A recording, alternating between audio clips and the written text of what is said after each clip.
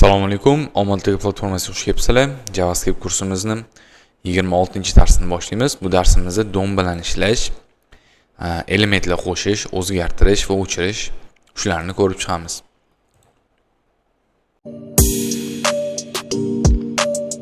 Unda darsimizni boshlasak, aytib o'tganimdek 26-darsimiz JavaScriptda va bu darsda DOM bilan ishlash. Bunda matnni ko'rish, o'chirish, o'zgartirish, style o'zgartirish, klasslar bilan ishlash, attributlar bilan ishlash va elementlar yaratish va uni DOMga qo'shish, ya'ni HTML ga qo'shishni ko'rib o'tamiz. Birinchi bo'lib matnni ko'rish va o'zgartirishdan boshlasak. Matnni ko'rishni 3 xil usuli mavjud. Text content, inner text, inner HTML. Biz text contentni o'tgan safar darsimizda ko'rgandik va o'zgartirib ham ko'rgandik elementimizda. Ichidagi matn. Endi shuni to'liqroq ko'rib o'tamiz. Xo'p. Index.jsimiz bor, bu yerda index.html bor. Bu yoqqa bitta p tegini ochaman. Lorem deb yozaman. Mana shu holatda turibdi meni tekstim. Endi shu p ni tanlab olishim kerak. Bunga class berish, shunchaki class paragraph. Xo'p. Berdim. Endi buni query selector orqali bu yerda tanlab olaman. Konstanta p deylik. Teng document query selector bitta kerak o'zi menga. Bu yoqqa bo'lsa nuqta paragraf berib qo'yaman. Ya'ni klassligini bilib turish kerak. Endi console logga shunchaki p ni o'zini chiqaraman. Go live qilishga tushiraman. Menga Node.js kerak emas endi, chunki DOM bilan ishlayapman to'liq. Shuning uchun HTML da brauzerda ochib olaman. Mana brauzerda keldi. Xo'p, mana shu holatda tursin. Konsolni ochaman. Xo'p. Bitta refresh qilaman. Mana p ni o'zi chiqib turibdi. P ni ichidan ham bo'lsa, mana tekstlari chiqib turibdi. Endi tekstlarni ko'rishni 3 xil usuli bor ekan. Text content, inner text, inner HTML bilan ko'rib o'tamiz. P ga text content deb yozaman. Mana. Ko'ramiz. Mana menga to'liq tekstni olib kelib berdi. Ko'radigan bo'lsak, HTML da qanaqa turgan bo'lsa, bu yerda ham xuddi shuni olib kelib berdi. Mana bitta refresh qilaman. HTML qanaqa bo'lsa, shuni olib kelib berdi. Faqat matnni o'zini. Endi inner textni ko'ramiz. P ni ichida inner text. Inner text. Bu hozir ishlatilmaydi. Shuning uchun bizga chiqarib bermadi. Ko'radigan bo'lsak mana. Bunda faqat tekstni o'zini olib kelib berdi. Ya'ni oldda probellari, ularni yo'q. Bu yerda bo'lsa mana. Momenti probellar, momenti boshlangan. Boya text contentni o'shani chiqarib berdi. Hammasini bitta-bitta yozdik, uchalasini, o'shanda farqini bilib olishimiz osonroq bo'ladi. Text content, inner HTML, mana farqi. Ko'rayotgan bo'lsa ikkalasini. Bunda faqatgina tekstni o'zi, ya'ni ichida yozganimiz lorem, mana shuni o'zi. Qanaqa probellarisiz. Endi mana bunda text contentni ko'rinadigan qismi bo'lsa, HTML qanaqa turgan bo'lsa, shunaqa ko'rinishda ko'rinadi. Mana mana shu yerda o'chirib yonma-yon qilib yozadigan bo'lsam, hozir mana bu yerda fayldan autosave yoqib qo'yaman. Bo'ldi, autosave bo'ldi. Mana ko'radigan bo'lsangiz, mana bu o'zgardi. Mana bu yerdan misol uchun probel tashlab yuborsam, bu o'zgaradi. Ya'ni HTML qanaqa turgan bo'lsa, shunaqa ko'rinishda ko'rinadi. Bunda bo'lsa, unaqa probellari, unaqalar narsalari yo'q. Misol uchun mana bu yerdan ham bitta pastga tashlayman, enter bosaman. Mana bunda pastga tushyapti, bunda o'zgarmayapti.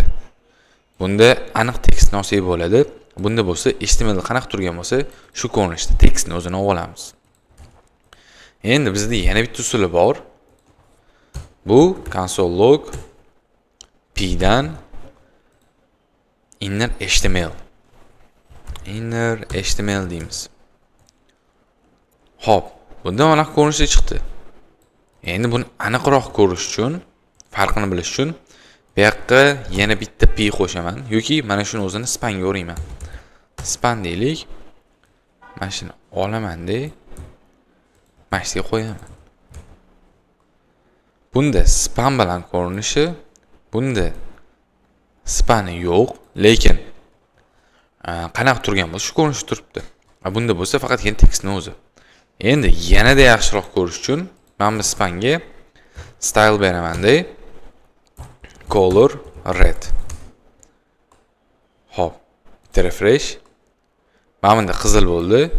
Mana bunda atributlari bilan chiqdi, teglari bilan chiqyapti. Mana bunda bo'lsa, mana bu ko'rinishda chiqdi. Ya'ni boyi probellari bor, lekin spani, uni stillari yo'q. Bunda bo'lsa faqatgina tekstning o'zi. Pastga enterlari ham yo'q bunda yoki element ko'rilgan, ya'ni span elementi yo'q, unga berilgan stillari yo'q. Oddiy tekstning o'zi chiqib turibdi bunda. Bunda bo'lsa elementlarsiz, bunda elementlari bilan. Lekin bunda probellari bor. Xo'p, mana shu farqi hisoblanadi. Uchalasini. Xo'p, endi inner text ishlatilmaydi ko'pincha. Inner HTML yoki text contentdan foydalaniladi. Shuning uchun editor ham bizga inner textni ko'rsatmadi, ya'ni chiqarib bermadi o'zi. Xo'p, bularni ko'rib o'tdik, farqini ko'rdik. Konsolda chiqarib. Text contentda matn, faqat matn, lekin uni HTML da probellari yoki enterlari bo'lsa, o'shalari bilan birgalikda ko'rsatadi. Inner textda bo'lsa ko'rinadigan matn, ya'ni Lorem Ipsum yozganimizda chiqqan so'zlarni o'zini olib kelib beryapti. Hech qanaqa uni oldi probel, element, boshqa hech narsasi yo'q. Inner HTML da bo'lsa, ichida element bo'lsa ham, stillari bo'lsa ham, qanaqa ko'rinishda bo'lsa, o'shani olib kelib beradi. Hop, bularni tushunib olishimiz kerak bo'ladi, chunki amaliyda ishlatamiz bularni albatta. Endi stillarni o'zgartirish va klasslar bilan ishlash. Bundan oldin men buni bitta ishlatib ko'raylik. Misol uchun mana shuni olganimdan keyin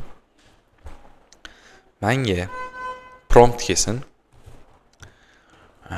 Konstanta new text deyman-da. Bu yoqda prompt chaqiraman. Bu yoqqa yozaman. Ismingizni kiriting. Ismingizni kiriting. Unda yozdim. Endi bitta alohida chiqarib ko'ramiz hammasida. Hozir shunchaki konsolga chiqaraman. Keyin qo'shib ko'ramiz. New text. New text. Mana ismini so'rayapti. Misol uchun Isroil deb yozdim. Chiqarmadi boshqatdan. Isroil. Mana ismni chiqarib berdi. Buni endi qaysiga yozsak bo'ladi? Text content bilan yozib qo'ysak bo'ladi. P ni text content teng new textga. Men buni chiqarishim shart emas endi. Shunda ham o'zi brauzerda ko'rinadi. Isroil deb yozdim. Mana Isroil chiqib keldi. Xo'p, endi inner HTML da qilib ko'ramiz endi shuni. Inner HTML. Mametini inner HTML qilamiz-da. Isroil deyman. Isroil chiqib keldi. Lekin men mana shu promptga HTML ham kiritsam, misol uchun yozaman bu yoqqa. H1 da chiqsin Isroil. Mana Isroilda H1 deb yozdim. Mana H1 da chiqib qoldi. Elementsga o'tadigan bo'lsam, bu yoqda ko'rsatmaydi. Olib boradigan bo'lsam, mana H1 chiqib turibdi. Mana H1 turibdi. Xo'p. Endi oddiy shuni text content qiladigan bo'lsam, bunaqa ko'rinishda chiqmaydi endi. Misol uchun H1 deb yozsam ham Isroil H1 OK bosaman. Boshqa tashtiramiz. H1 Isroil H1 Xo'p, mana shu ko'rinishda mana text content ham HTML o'qimaydi, Lekin inner HTML qiladigan bo'lsam, promptdan HTML kiritsak, uni haqiqiy HTML kabi ko'rib, undagi stillarni, atributlarni, skriptlarni ishlatib yuborishi mumkin. Shuning uchun tavsiya beriladi, tashqaridan ma'lumot olayotganda iloji boricha faqatgina tekst ko'rinishida, ya'ni string ko'rinishida olish. Ya'ni buni olib turib inner HTML ga tashlab yuborish xato hisoblanadi. Text content ko'rinishida olish yaxshiroq variant. Hop, buni ishlatib ko'rdik. Endi keyin ko'radiganimiz stil o'zgartirish va klasslar bilan ishlash. Hop, o'tgan safar stilni ko'rdik. Title, stil, ya'ni color desak, colorni olib beradi, ya'ni obyekt sifatida ko'rilyapti endi. Biror bir element o'shani colorni shunchaki blue ga o'zgartirib qo'ydi. Bu yerda font size-ni o'zgartiryapti. Hozir shu stillarga to'xtalasak, klasslarga sekin o'tamiz. Mana shu o'zida p nuqta style deyman. Style bu yerda autocomplete chiqarib bermayapti. O'zimiz yozamiz. Color teng red ga salom deylik. Hop, bu ishlamadi. Bitta refresh. Mana endi ishladi. Ko'rgan bo'lsak, red qilib berdi hammasini mana ichidagi. Faqat spam emasda, endi hammasi red bo'ldi. Endi mana shuni misol uchun blue qiladigan bo'lsam, blue mana blue ga o'zgardi hammasi, lekin mana bu qolib ketdi spandagi. Bu o'z holicha qizil holatda turibdi. Endi shuni font size-ni o'zgartiraylik. Font size. Ya'ni CSS da chiziqcha bilan yoziladigan hammasi camel case ga o'zgarib ketgan. Camel case qanaqa edi? Boshi kichkinada boshlanib, ulangan joyi, ya'ni chiziqcha boshqa bilan ulanadigan joyi katta harfda boshlanardi. Font size-ni bu yerda beramiz. Misol uchun 40 piksel deylik. 40 piksel. Mana 40 piksel bo'lib ketdi. Do'stiga olib boradigan bo'lsam, mana font 40 piksel times new roman chiqib turibdi. Xo'p, mana shu ko'rinishda o'zgartirsak bo'ladi. Buni misol uchun background color. Background color yellow. Mana background colorni yellow qilib beradi. Mana shu ko'rinishda stillarni o'zgartirsak bo'ladi. Endi biz CSS da klass yozib qo'yganmiz. O'sha klassni berishimiz kerak JavaScript da turib. Uni qanaqa qilamiz? style.css mashta nima deb nomlasak bo'ladi?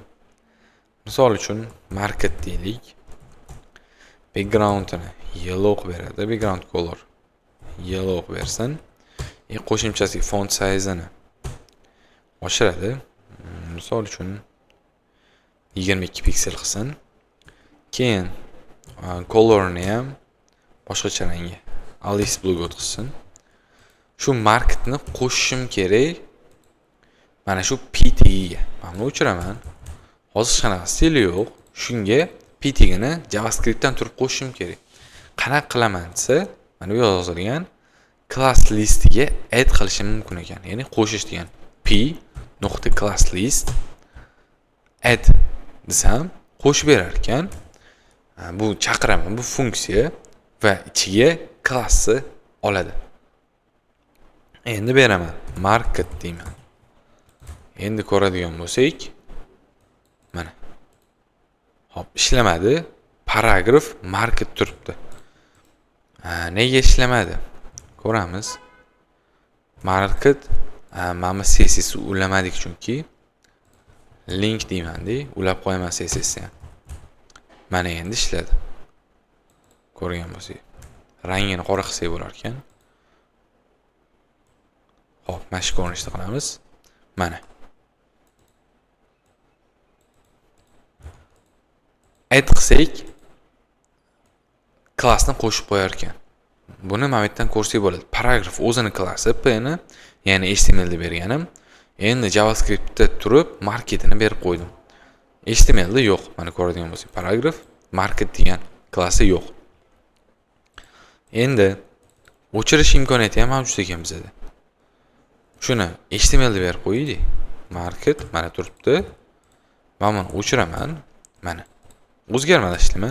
Endi o'chirmoqchiman. P class list'i remove degan funksiyasi ham bor. Bunda ham xuddi shu marketni berib qo'yaman. Mana o'chib qoldi. Endi uni o'chirib tashlab paragraf o'z turibdi.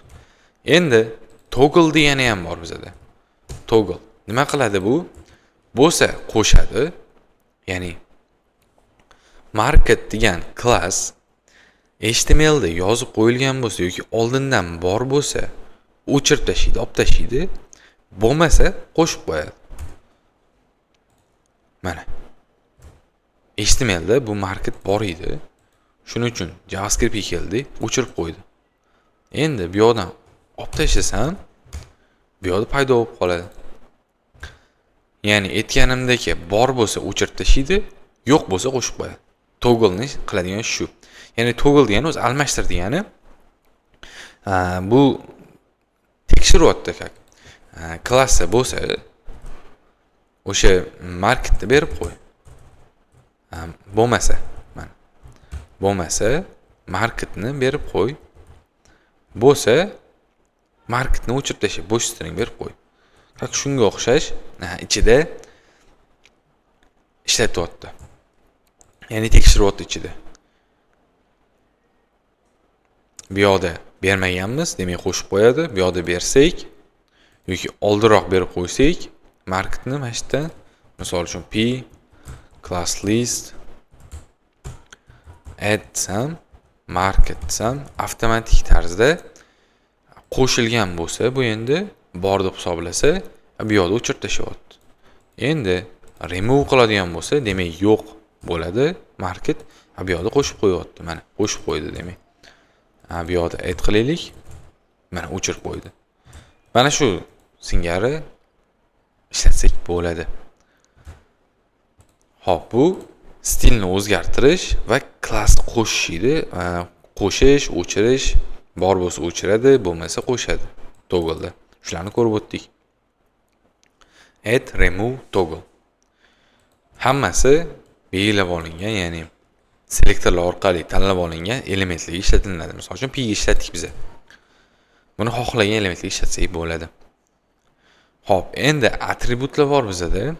Misol uchun qaraymiz.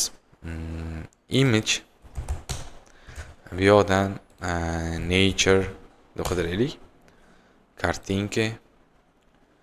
Mana shuni olamiz. Copy image address qilaylik. Source ga shuni beraman. Alt ga nature deb yozaman. Nature.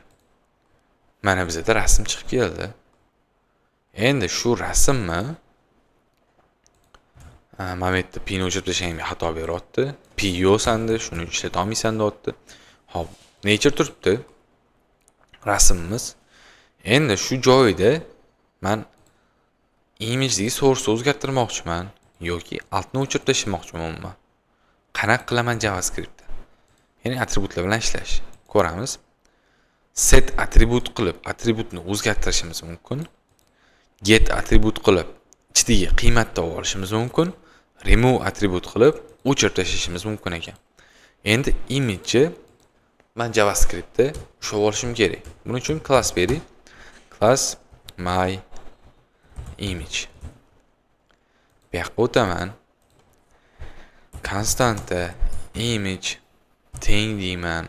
Dokumentdan query selector. Bu yoqqa nuqta image ya my image edi. My image. Bir xil bo'ldi. Endi image dan deyman set attribute qilaman-da. Bu yoqda aytyapti attribut nomini va qiymatini kiritgin deyapti. Source o'zgartiramiz.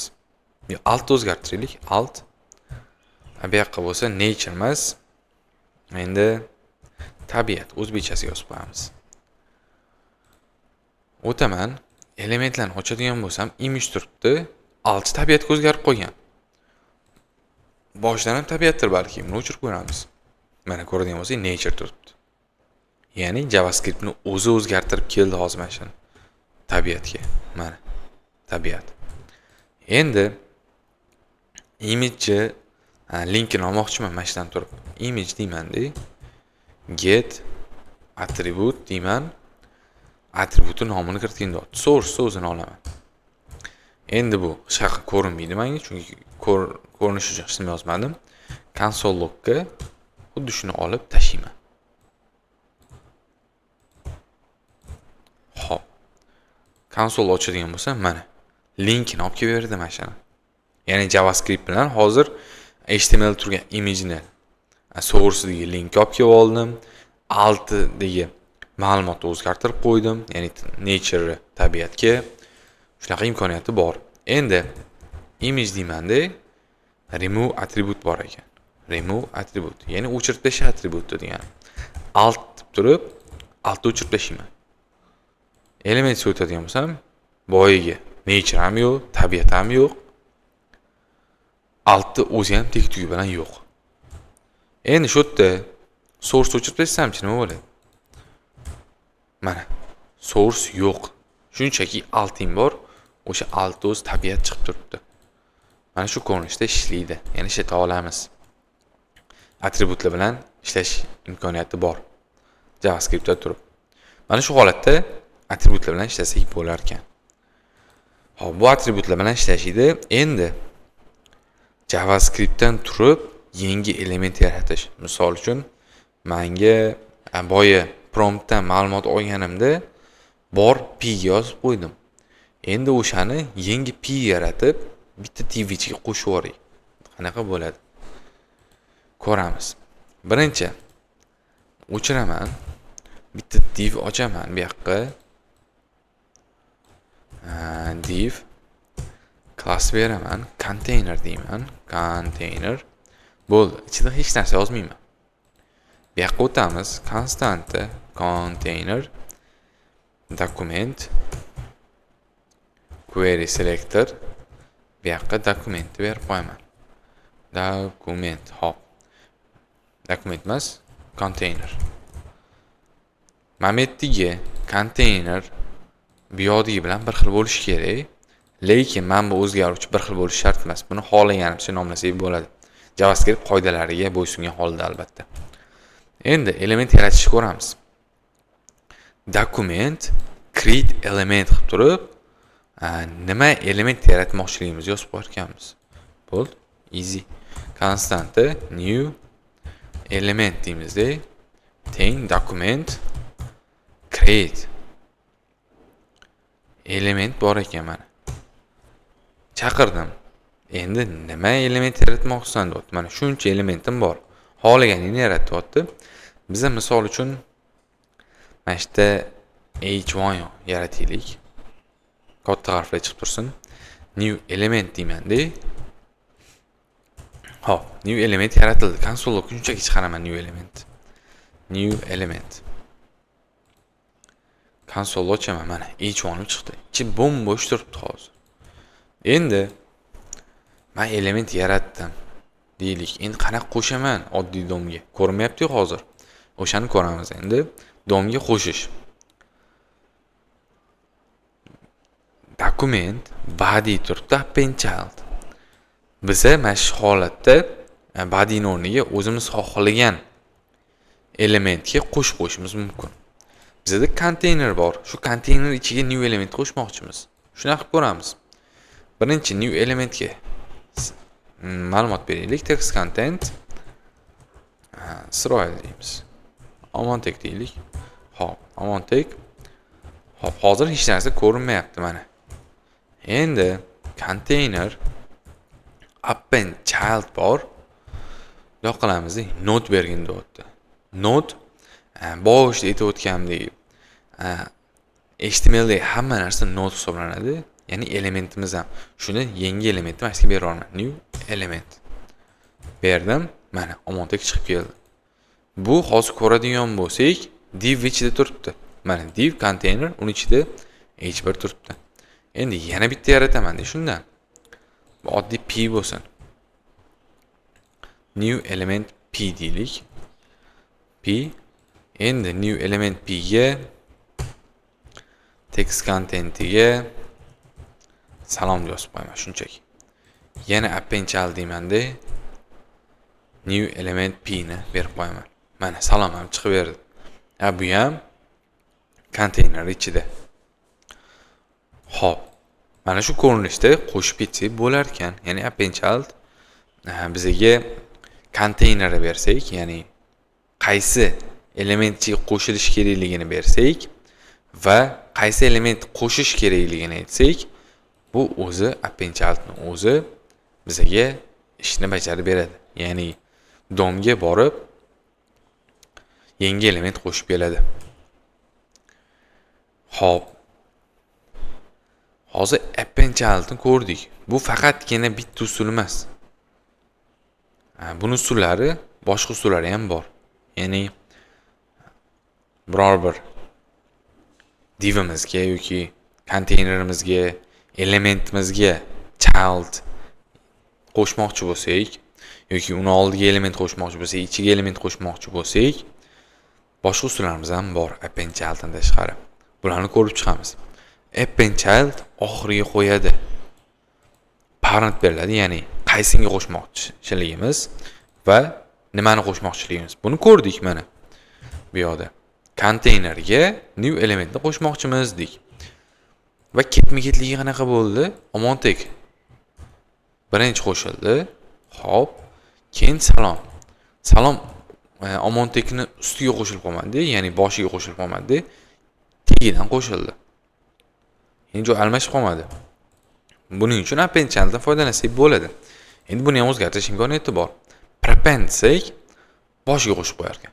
Misol uchun mashina prepend deyman-da. Unda ochsam salom boshiga chiqib qo'ygan bo'ladi. Omontek keyin turibdi. Men ochaman konteynerni, mana p tepaga chiqib qo'ygan, h1 keyin turibdi. Ikkalasini prepend qilsamchi? Ikkalasini prepend qilsa, mana baribir shu holat. Chunki prepend deganda mana bu yerda omontek eng boshiga qo'shilib qoldi divimizni. Keyin salom qo'shilyapti. Salom ham eng boshiga qo'shilgandan keyin, demak, omontekdan oldinga o'tib qoldi. Chunki omontek birinchi qo'shildi, keyin bu. Salom qo'shilayotganda omontek allaqachon bor edi.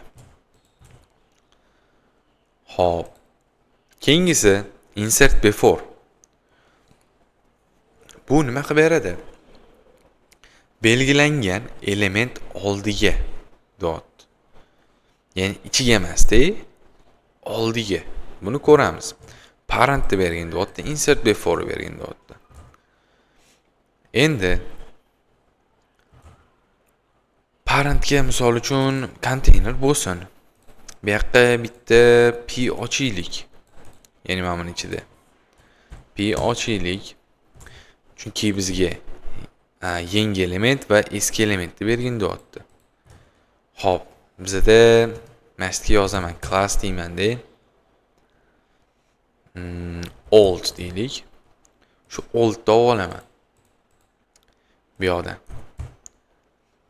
Bu yoqdan emas, mana bu yerdan ola qolaylik. Old element deyman-da. Bu yoqqa boyagi old chaqiraman. Oldni oldik. Endi men bilan o'chirib turaman. O'chirib turmayman. Men oxirgisini shunaqa qilaman. Insert before ishlatamiz-da. Birinchisiga eski element bergin dotdi. Old element, keyin yangisini bergin dotdi. New element p. Men omontek o'chirib turay. Endi ko'ramiz nima bo'ldi. Mana ochamiz. Old turibdi hali ham. Lekin bizadagi mana bu insert before ishlanganini bilmadik biz. Ishladimi, ishlamadimi? Xo'p, nima deyapti? Parent bor, insert before, yangi element keyin eski element degan. Biz joyini almashtirib qo'ydik. Xo'p, mana shu ko'rinishda qilamiz. Mana salom chiqibdi. Eski element turibdi, yangi elementni o'shandan oldin qo'shib qo'ydim. Turgan bo'lsa, o'shandan oldin turadi. Misol uchun Mana shundan endi p deymizda, klassiga first deb yozaman. First element. Xo'p, mana first element turibdi, salom turibdi. Salom nega first elementdan oldin chiqmadi?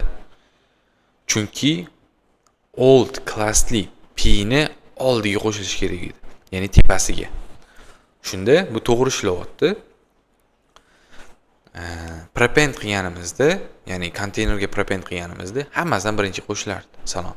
Lekin biz unaqa qilmadik. Mana shu p dan oldin qo'shilsin, bo'ldi. Shuni o'zi yetarli dedik. Mana shu ko'rinishda qo'shilyapti. Hop, insert before ham ko'rib o'tdik. Endi keyin ishlatadiganimiz remove child, o'chiradigani. Misol uchun, mana shundan konteynerda remove child deymanda, boyagi p ni o'chirib tashlaydi, old elementda ichida hech nima yo'q edi baribir. Kerak emas menga deymizda. Mana bu yerda bitta p ni o'zi qolib ketdi first. Boyagi bo'sh p yo'q, old degan klassli. Mana o'chirib tashladik. Endi replace child bor, o'zgartirish. Endi mana bu new element p bilan o'shani o'zgartirib qo'ying. Nima qilaman? Oldiga qo'shib, bari bo'sh turibdi-yu. Shuning uchun bu yoqqa. Hop, buni o'chiraman. Replace child deyman. Birinchisiga new element p, ikkinchisiga bo'lsa old element beraman. Mana ko'ring, salom bo'ldi va boyagi old classli p imiz yo'q endi.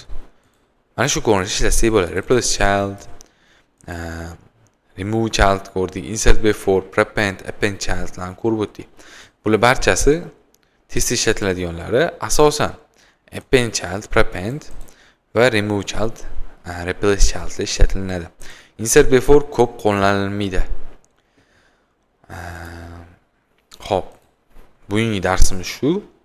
Bugun DOM bilan ishlashda matnni ko'rish, uni o'zgartirishni ko'rdik.